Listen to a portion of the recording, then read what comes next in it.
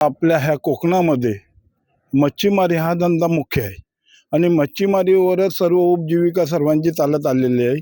जर मच्छीमारी धंदा जर व्यवस्थित झाला नाही, उदाहरण द्यायचं म्हटलं तर आज बोटीवर आपल्याकडे येणारे परप्रांतीय लोक आहेत किंवा बाहेरच्या जिल्ह्यातले आहेत, अशा लोकांना आपण घेऊन मच्छीमारी करत असतो. जर मच्छीच भेटली नाही, आपल्याकडे मच्छी भेटली नाही तर मग उपासमारीवर येतो आणि त्यांचंही भागत नाही, त्यांना पेमेंटही द्यायला मिळत नाही किंवा काय नाही. आणि असं परिस्थिती असताना शासनाने पण याच्यावर गंभीरपणे विचार केला पाहिजे. दुसरी गोष्ट असं आहे की हे वातावरणात नेहमी बदल होत असतं. आता 1 ऑगस्टला मच्छीमारी सुरू झालेली आहे, पण अजून पण बोटी आपल्या किनारीच आहेत, समुद्रात जात नाही. त्याला कारण काय, हा वरून येणारे जे क्लायमेट आहे ते एकदम बदलत असतो. कधीही क्लायमेट बदलून वादळ होईल हे सांगू शकत नाही आणि भीतीच. आणि मागे पूर्वी असं झालेलं आहे, अचानक वादळ झालं आणि आपले बोटी समुद्रात राहिल्यामुळे 2 बोटी पण त्यावेळेला बुडालेले होते. त्यामुळे आमच्यात ही मनात भीती पण निर्माण होतो. तेव्हा या क्लायमेटमुळे